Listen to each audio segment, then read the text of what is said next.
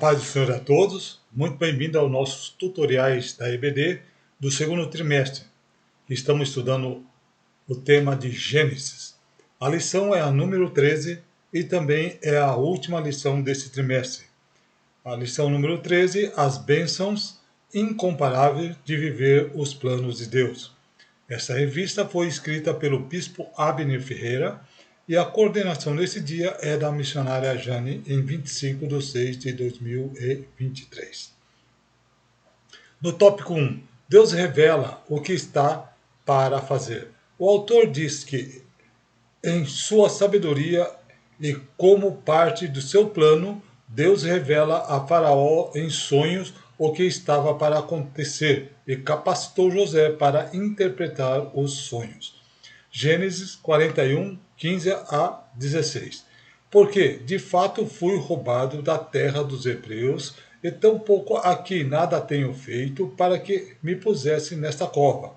Vendo então o padeiro Mor, que tinha interpretado bem, disse a José: Eu também sonhei, e eis que 3 cestos brancos estavam sobre minha cabeça. Gênesis 41, 28. Esta é a palavra que tenho dito a Faraó. O que Deus há de fazer mostrou a Faraó.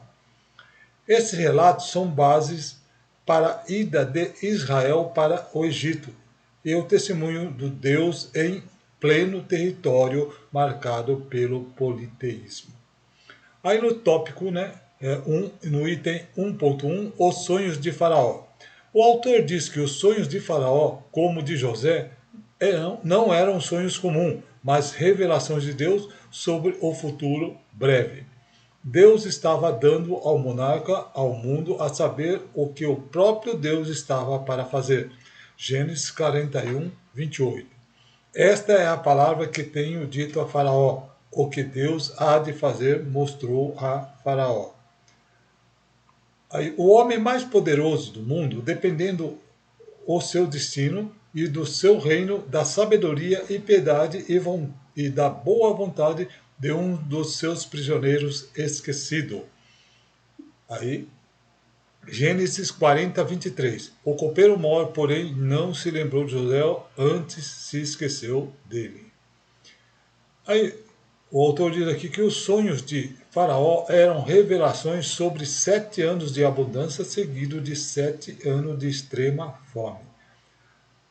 A citação é de Gênesis 41, de 1 a 7. E aconteceu que, ao fim de 2 anos inteiros, Faraó sonhou, e eis que estava em pé junto ao rio. E eis que subiram ao rio 7 vacas formosas à vista e gordas de carne, e que pastavam no prado. E eis que subiram do rio após essas outras 7 vacas, feias à vista e magras, de carne, e pararam junto às outras vacas na praia do rio. E as vacas feias à vista e vacas magras de carne comiam as 7 vacas formosas às vistas e gordas. Então acordou o Faraó. Depois dormiu e sonhou outra vez, e eis que brotavam de um mesmo pé 7 espigas cheias e boas. E eis que as 7 espigas miúdas e queimadas do vento oriental brotavam após elas. E as espigas miúdas devoraram as 7 espigas grandes e cheias.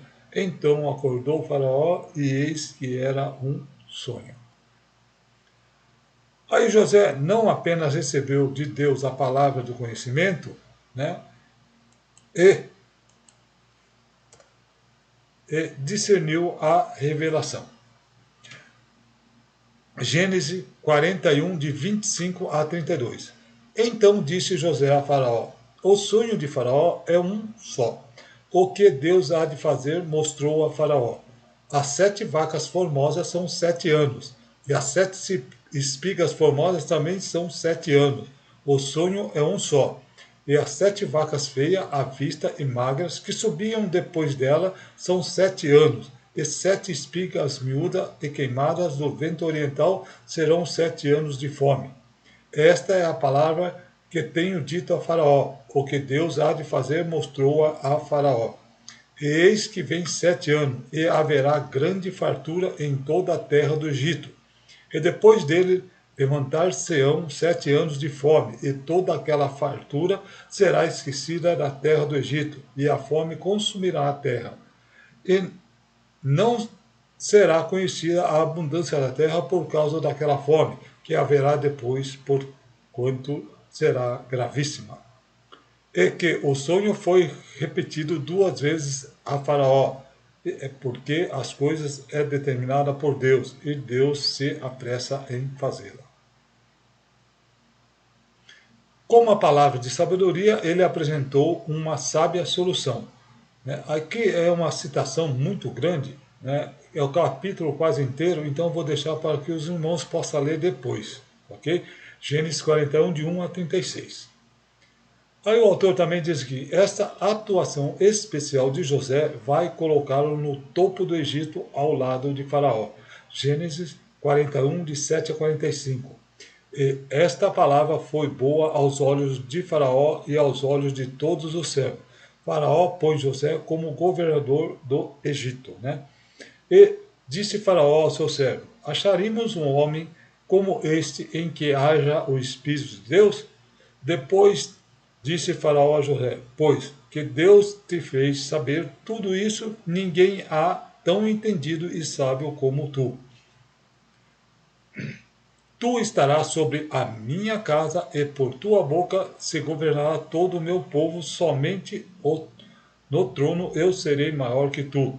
E disse mais Faraó a José: vês aqui que tenho posto sobre toda a terra do Egito. E tirou Faraó o anel da sua mão, e pôs na mão de José, e fez-o vestir roupa de linho fino, e pôs um colar de ouro no seu pescoço. E o fez subir no segundo carro que tinha, e clamavam diante dele: ajoelhai, assim o pôs sobre toda a terra do Egito. E disse Faraó a José: eu sou Faraó, porém sem ti ninguém levantará a sua mão ou o seu pé em toda a terra do Egito. E Faraó chamou José de Zafenate Paneai, né? Desculpe. E deu-lhe por mulher a Zenate, a filha de Potifra, sacerdote de On, e saiu José por toda a terra do Egito. Aí no tópico do comentarista, o autor cita um novo comentário bíblico do Antigo Testamento. Os 2 sonhos de Faraó haviam sido providenciados por Deus. O sonho de Gênesis de 40, versículo 5, ocorre no fim de José fosse reconhecido como um bom intérprete e fosse chamado para interpretar o sonho de Faraó.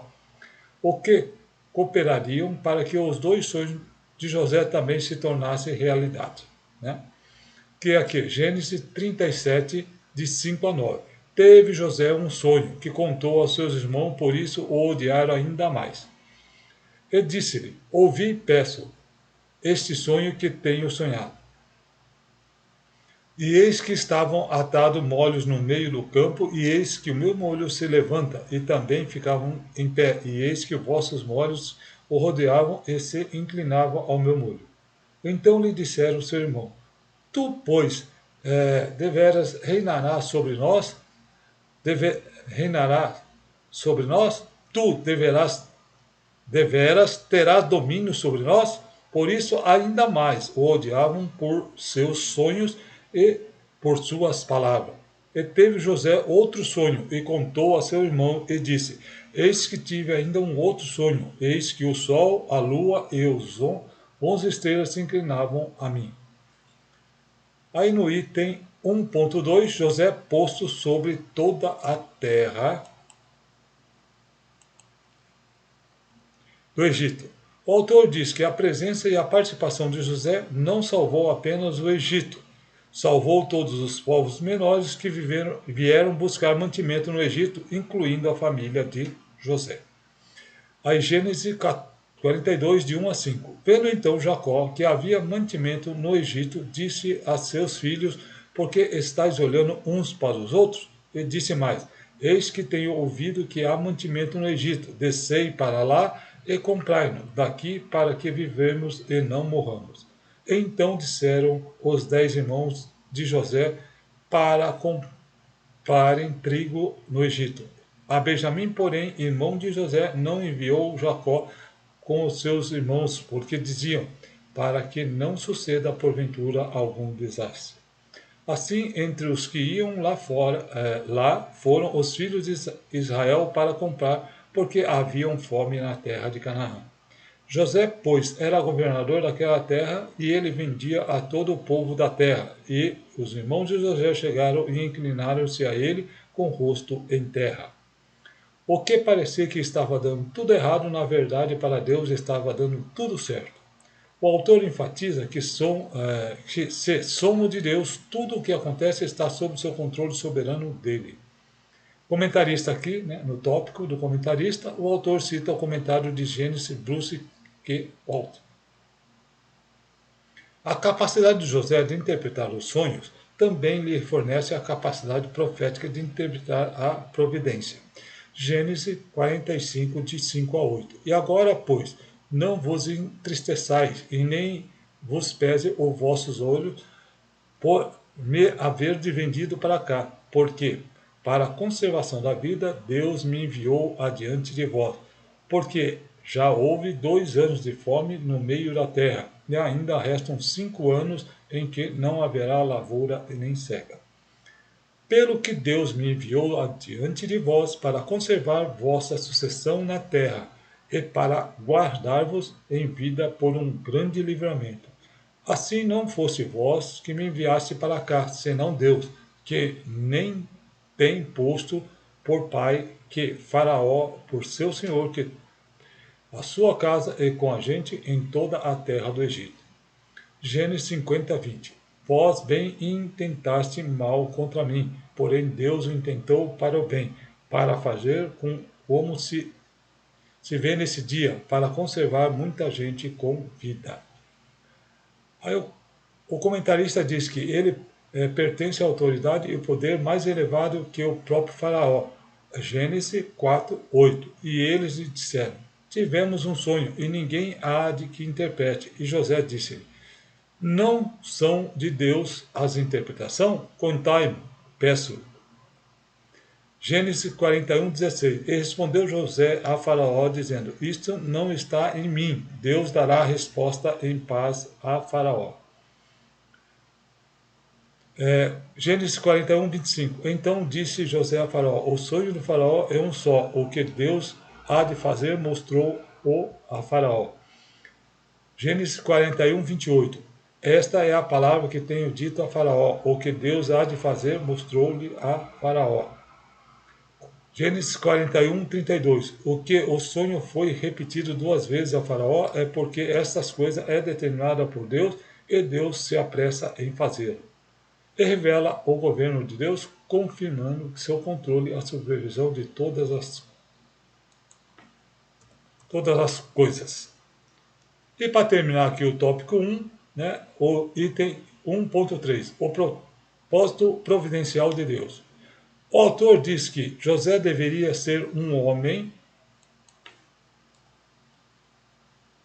amargurado com a vida por olhar para trás e ver tudo que teve que passar para chegar onde chegou.